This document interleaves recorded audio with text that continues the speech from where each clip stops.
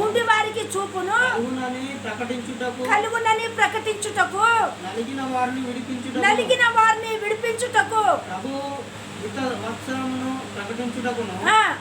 ఆయన నన్ను పంపి ఉన్నాడు. తండ్రి పంపి ఉన్నాడు.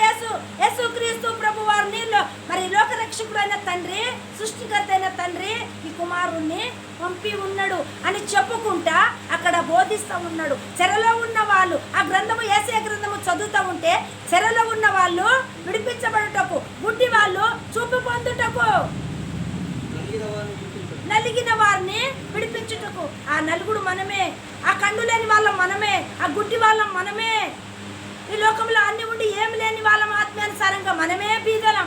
బీదలకు సువార్త ప్రకటించమంటే బీదలం అంటే మనకు మన బీదలం ఎందుకు? అన్ని ఉన్నాయి, అన్ని లేవు. నీకు ఎన్ని ఉన్నా సున్నే, నీకు ఎన్ని ఉన్నా సున్నే.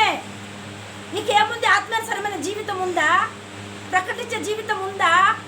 కళ్ళు ఉండి కూడా లోకాన్ని చూసే చూపే ఉంది, కానీ ఆత్మీయానుసారమైన నేత్రాలు ఉన్నాయా?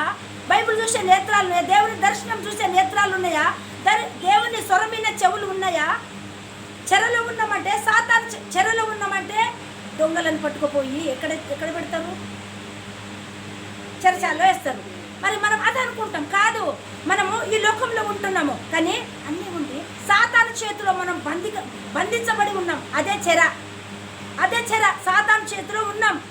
చెరలో ఉన్న వారిని విడిపించబడుట కానీ చదివిండి. ఇప్పుడు చెరలో ఎవరు? మనం చెరలు అంటే ఇది సాతాను చేతిలో ఉండి సరిగ్గా ప్రార్థన చేయకపోవడం, సరిగ్గా దేవుణ్ణి అంగీకరించకపోవడం, సరిగా ప్రభువైన యేసుక్రీస్తు వారు మన కోసం ఏమేమి క్రియలు చేసిండో అవి వివరించకపోవడము, ఆయన మాటలు వినకపోవడము, బండ మీద వేసిన గింజవలే, తుప్పలు వేసిన గింజవలే అట్లుంటున్నాం మనము. మనం ఆయనలోకి ఎక్కడ ఫలిస్తున్నాము, ఆయనలోకి ఎక్కడ ఒక విధేయత చూపుతున్నాము. మనలో బట్టి ఇంకొకరు మనల్ని బట్టి వాళ్ళకి మనం మాదిరిగా ఉండాలి. యేసుక్రీస్తు ప్రభు వారు మనకు మాదిరిగా, మరి మనము వాళ్ళకి ఎవరికైనా మాదిరిగా ఉంటున్నామా?